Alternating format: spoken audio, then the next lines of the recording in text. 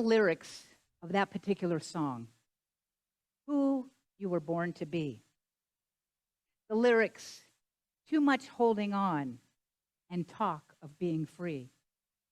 Jump up and be who you were meant to be. My question for you is, do you know who you were meant to be? Do you? It's a very interesting question. I have never asked myself, who am I meant to be? Right? I'm meant to be me. You know, it's a very interesting question. So I'm going to change up that question by asking a couple others. So, what were my questions? It's always good to have notes. Okay, were you born to be a wonderful, unlimited, free, ever-expanding, divine God or goddess who can have, be, or do anything you want? Were you born to be that? Or were you born to have struggles, to have challenges? Were you born to have limits and limitations? The I can't do that, or the you can't do that, it's impossible, or the mediocre life where it's good enough. Okay? These are the couple of questions that you can ask yourself. What and who were you born to be? Now, in your current life, are you right now experiencing a perfectly free, unlimited experience of life where everything is absolutely a 10 and above? Or are there areas of your life where you have some longing or discontent? I think everybody's probably got a little bit of longing or discontent.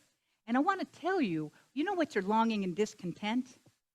It's the spirit within you that is ever seeking a freer, fuller, more expanded expression of itself by means of you and me.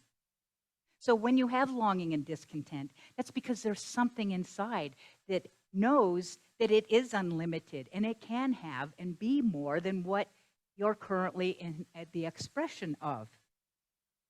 So we were born, I believe, to be these unlimited divine gods and goddesses, beings that can create and powerful, create our own lives.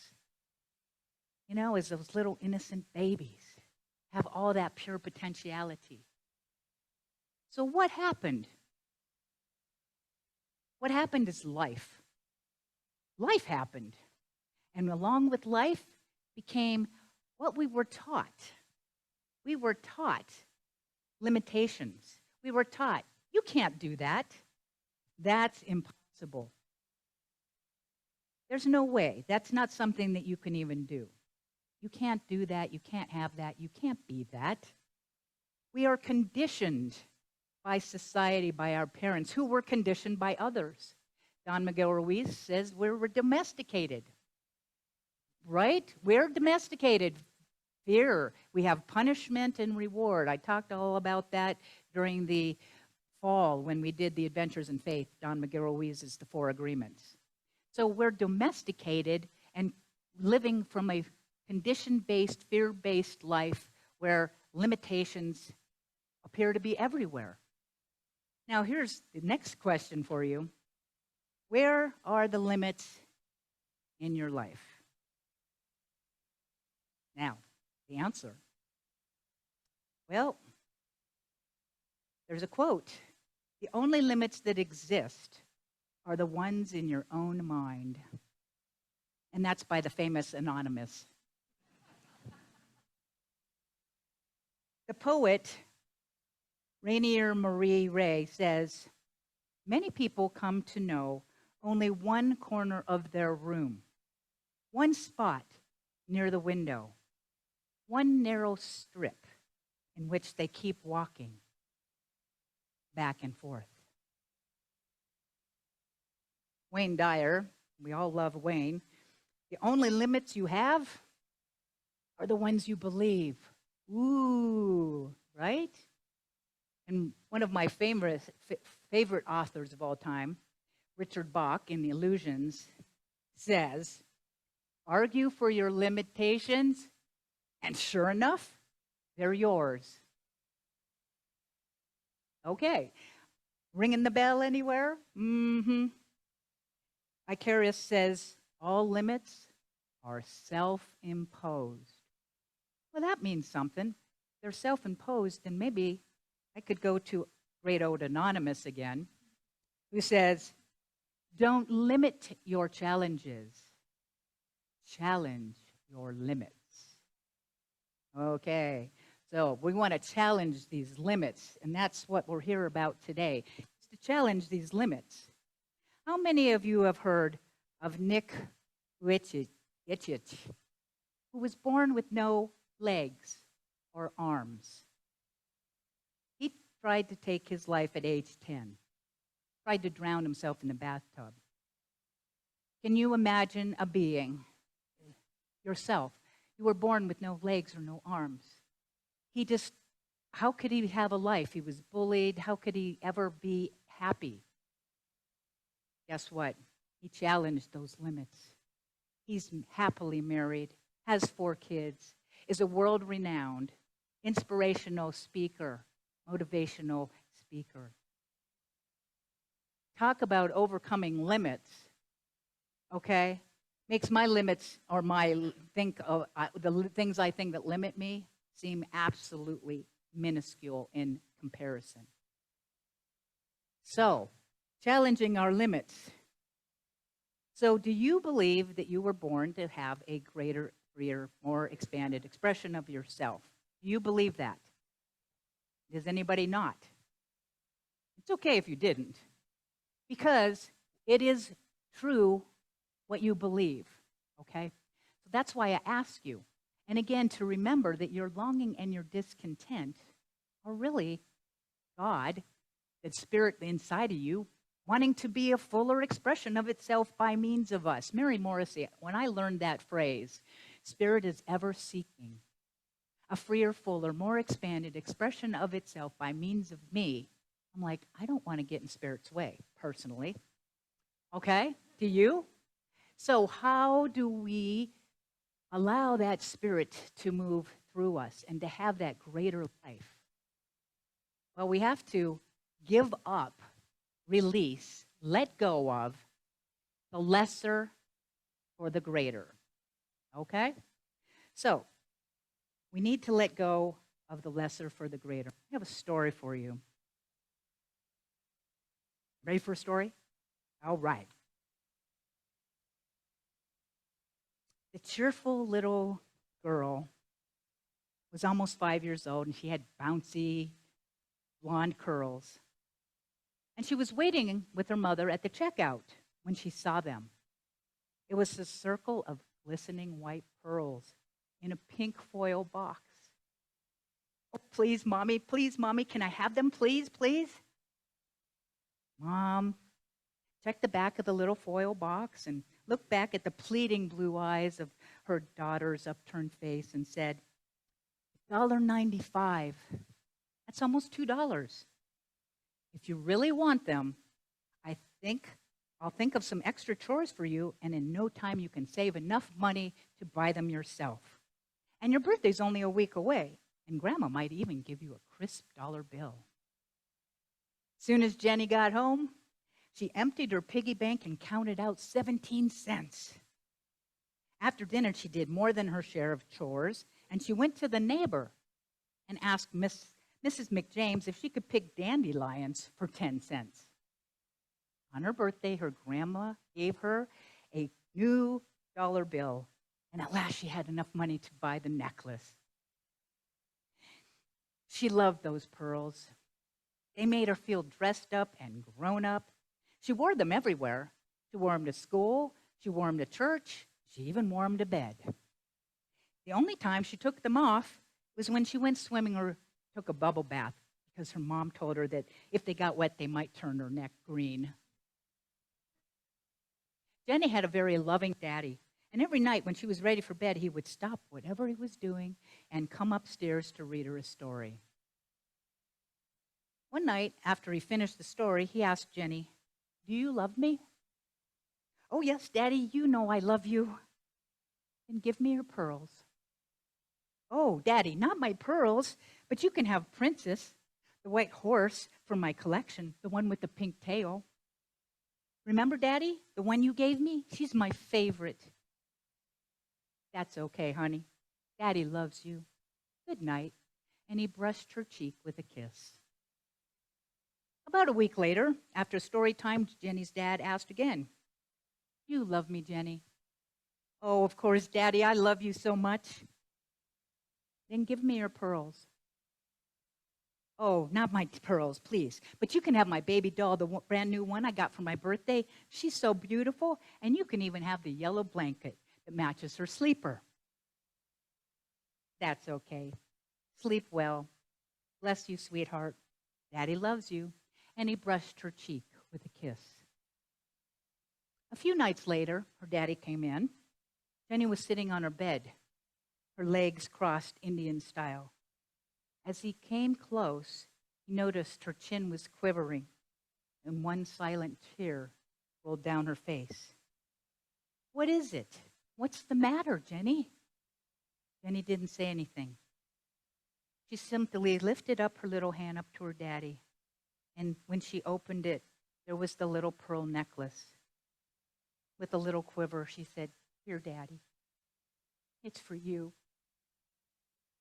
With tears glistening in his own eyes, Jenny's kind daddy reached out with one hand to take the dime-storm necklace, and with the other hand reached into his pocket and pulled out a blue velvet case with a strand of genuine pearls and gave them to Jenny.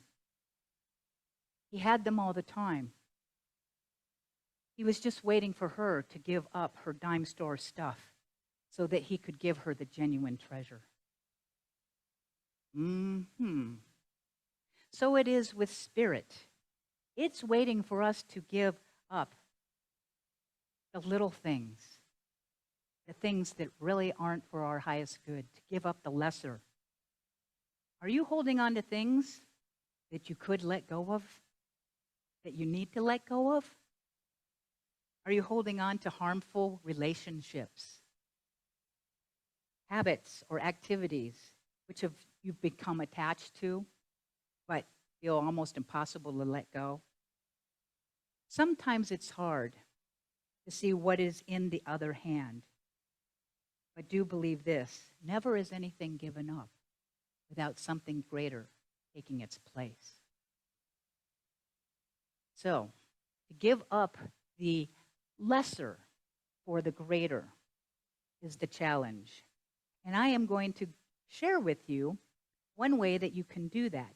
There's a season coming up beginning this coming Wednesday, the February 22nd, and in Catholicism, in some Christian traditions, it's known as Lent.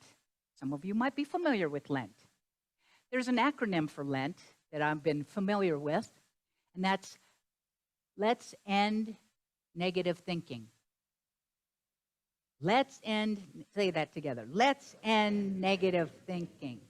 However, Great Spirit introduced a new acronym for me to share with you today. It's called Lose Everything Not True. I was like, ooh. Say that together. Lose everything not true. All right. So you got the Lent that you have a possibility of 40 days of releasing. And there is a book that Unity publishes every year, and this year it's 40 Days of Letting Go. And we sold all 25 copies last week. They're $2 a piece. Okay, everybody can get one. I ordered another 15, so if you didn't get one, I suggest you pick one up right after the service. They're on the credenza on the left. At the beginning of this, it says, Lent is a season of preparation for Easter and a time to reconsider how we've been living. No doubt that there's parts of our lives, parts of ourselves that we'd be better off without. Some of our negative thoughts, harmful habits, or less than divine behavior. No one has that. So, never mind that part. What better way to prepare for the celebration of new life than to release and let go, to renew our minds so that we can rise up? The booklet not only offers a list of qualities you might want to release during Lent 2023, but also suggests how to do it. The weekday messages are devoted to letting go of a particular habit or action with an affirmation to shift your consciousness. And I would stress, go for that. It's interesting because most of these readings are really about what you're letting go of and like one line about what you're affirming. I'm going to encourage you to really beef up your own affirmation because when you release, you want to replace. Okay? So whatever you're releasing, what are you replacing it with? And so when you get this book and you're doing these practices, readings every day, really after you read it, what am I replacing that anger with? What am I replacing? And it's all actually in alphabetical order, which is really interesting. So you can go and you can look in the beginning and go, oh, discontent under D's. And I want to release that, or darkness, or chaos. So get a book. This is your Lent book. Lose everything. What are the words? Not true. Excellent. So you got that one going on. And we're going to work, because it's all in your heads, okay? Where are the other limits we already established? It's all in consciousness. You change this, your outer world's going to change. We try to change the outer world. It doesn't work. We try to change everything on the outside. It begins on the inside. So I have one more spiritual practice to share with you, and it's a way to release, and it's the F word. No, not that F word. Gosh, where'd their minds go? and it's not fear. The F word is forgiveness. Oh, that one. And here's the thing about forgiveness. Forgiveness is a huge topic. I have a folder inside the cabinet that's full of things to share about forgiveness. We could spend a whole month just on forgiveness. However, I'm going to be brief today. In fact, in considering being brief, I actually forgot to prepare for forgiveness. So I hope you'll forgive me.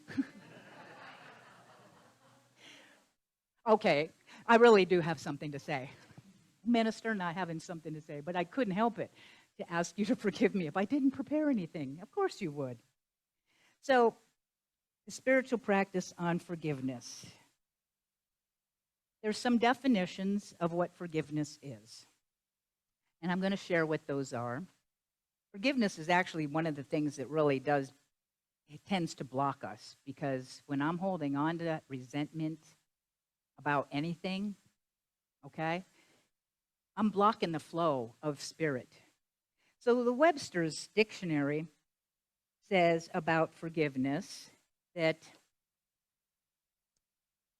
to forgive is to stop feeling anger toward someone who has done something wrong, or stop blaming someone, or to stop feeling angry, right? It's not about condoning behavior or being a doormat. It's about freeing yourself, okay, from the bondage of anger and resentment. Now, I like Lily Tomlin's version of what forgiveness is. She says, forgiveness is giving up all hope for a better past. Right? It's never going to change. The thing that we're carrying around is already long gone, but it's still alive if we're hanging on to any bit of it. It has nothing to do with the other person or what happened. It's actually, forgiveness is that process that frees you up. It frees us. You know, in my file cabinet, there's words. Before the word freedom is the word forgiveness. Forgiveness becomes before freedom in the file cabinet at my home. You got to have the forgiveness in order to be free. Charles Fillmore also talks about forgiveness, and he's one of the co-founders of Unity. And he basically says the definition is a process of giving up the false for the true, erasing error from the mind and body. Forgiveness removes the errors of the mind, and bodily harmony results with divine law. My favorite is forgiveness removes a block in me to my awareness of love's presence. And that comes from actually, there's a longer version, and I'm going to share this because it's important to hear these words. Forgiveness is a shift in perception. Say that. Forgiveness is a shift in perception which removes a block in me, to the awareness of love's presence. To the awareness of love's presence. I love that. Forgiveness is the choice to see people as expressions of God, of the divine. When we're angry at people, we're angry because of something they said or did. But what people say or did is not who they are. Forgiveness acknowledges that each person is on the path of growth and evolution, and that each experience can be used for evolution. Forgiveness does not condone an act or excuse the person who acted. Forgiveness is releasing the burden of hurt and anger from the past and releasing the expectation that the person has to change. When love is absent, fear sets in. Hurtful situations are fear in action. When people are manipulative, they are afraid. When people are cruel, they are afraid. When we are angry or feeling guilt, we are afraid. Love dissolves fear. If we want to get rid of fear, we cannot fight it, but must replace it with love. Forgiveness is releasing back to the other person the responsibility of their actions, words, and deeds, and taking responsibility for our own. We can only be free when we forgive. So how do you remove the blocks? There's a lot of ways that you can remove blocks in the process of forgiveness. I'm going to mention 3. One of them is called a forgiveness letter.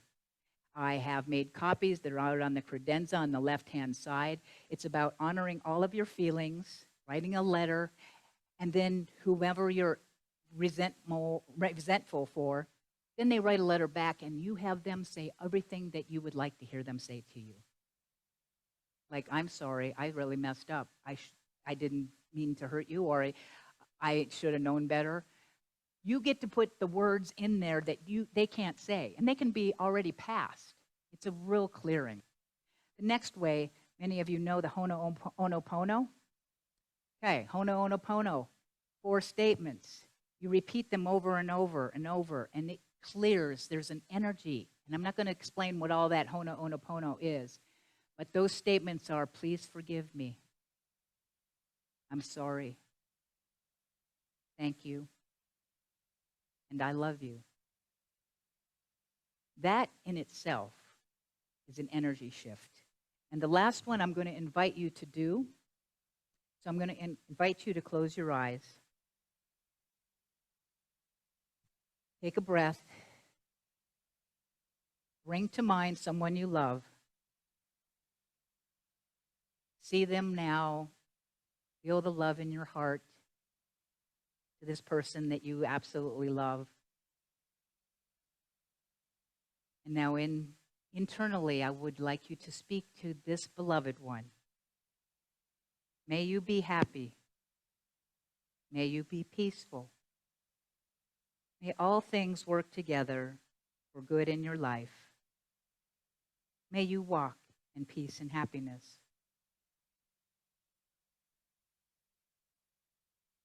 Now, bring to mind someone who is difficult for you to love, that you have some challenge with. It could be someone personal. It could be a politician.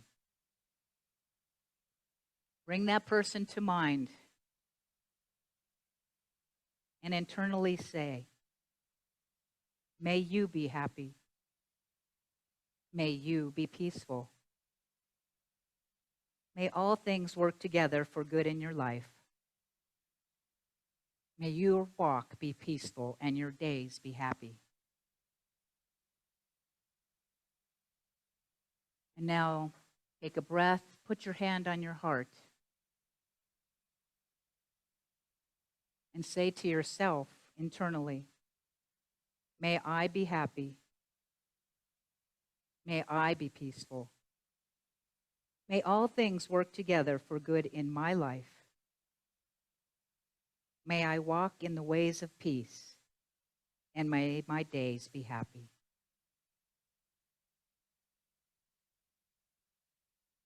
And so just taking these words in, you are now invited to continue this process of forgiveness every day and to do the work of removing the blocks to this free flow of life and be the person you were born to be. The next song, I want you to listen. Listen to these words. This is the closing of today's talk.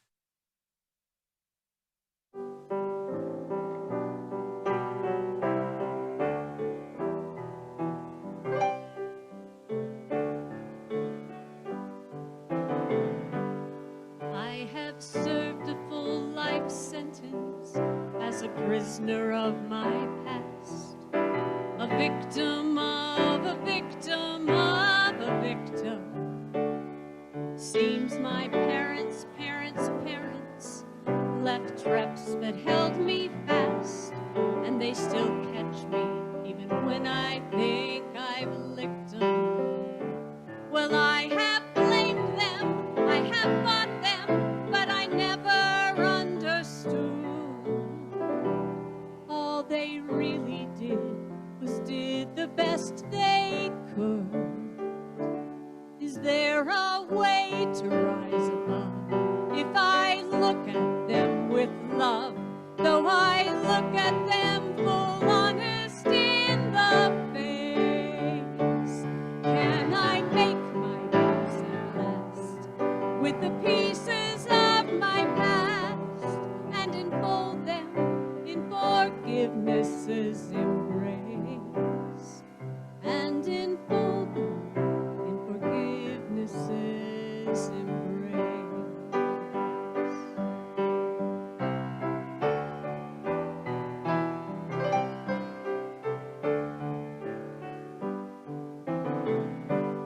I forgive my poor flawed parents for the things they could not be. I forgive my valiant lovers for not completing me. And the hardest thing of all now, I forgive myself the sin of not being all I planned and all I thought I should have been. But there's an alchemy in time, transforms each grief and loss and scar into the precious stuff of who we are.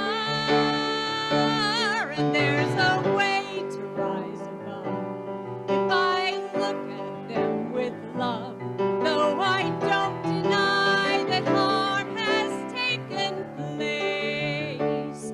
I can make